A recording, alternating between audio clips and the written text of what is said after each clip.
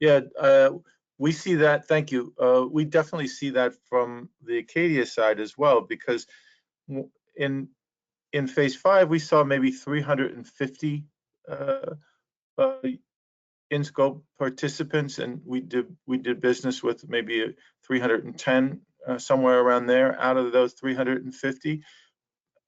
But we saw about 150 of those 350 firms prepare to move margin on day one, right?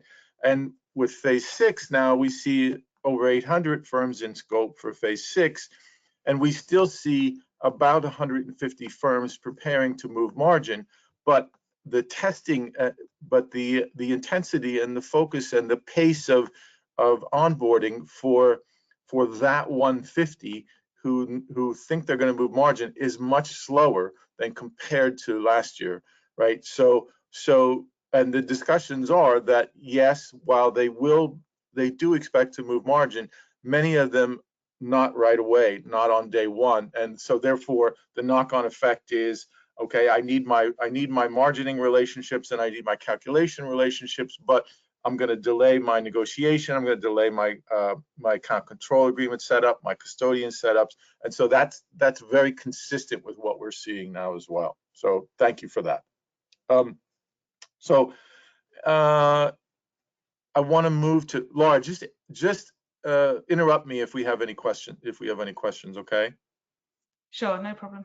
I'm on a roll. I'm going. Right. So Richard, now I'm going to come to you, right? Because, well, actually, Laura, hang on a second, not yet, right? I'm going to come to you because I want to talk about, like, we know today 90+% of all those regulatory initial margin calls from phase 1 through 5 go through Acadia, right?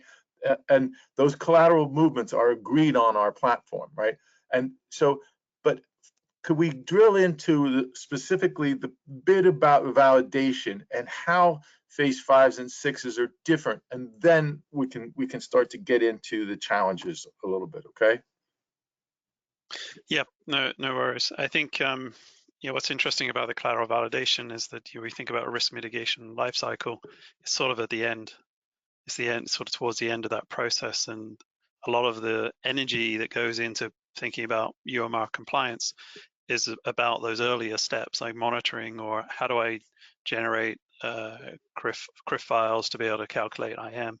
And what I think we see as people start to kind of go through their journey of UMR compliance is that eventually they'll get to the collateral validation step or the margin call process, and often it's kind of a. If I can interrupt just once, yeah. Like the point of emphasis is eventually they'll get to that. Yes, yeah, and then it's a realization of some of the complexities that come into there. So the point of this webinar is to kind of go, well, is to, yes, you obviously have a journey as you're going through that life cycle, but don't underestimate what needs to be considered at this stage.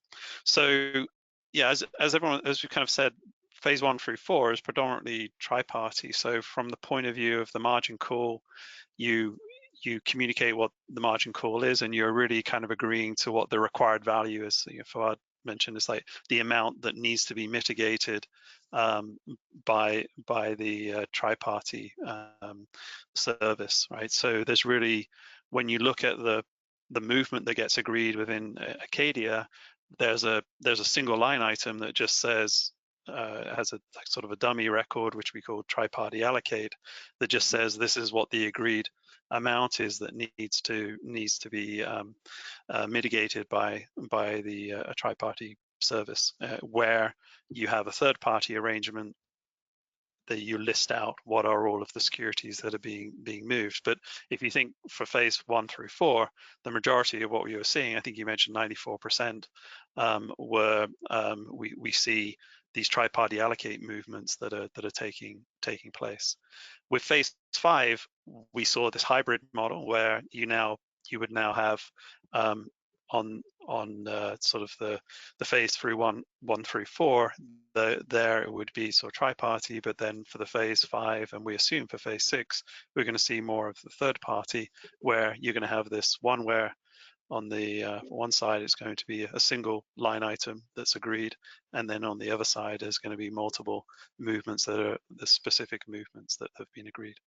So in terms of what you're validating within the workflow, within the margin call workflow, you're really just validating what the required value is, and then you're assuming that the tri-party service is allocating appropriately to to meet that need. With the third party, you do validate as movements are being proposed and you're accepting, right? So as you're proposing, you have to validate that you are sufficient, creating movements that are sufficient to meet the requirement, that they meet the eligibility criteria, the concentration limits are not broken, and wrong way risk limits are not being broken as well, rules are being broken as well. But with tri-party, that is really sort of the responsibility of the tri-party service.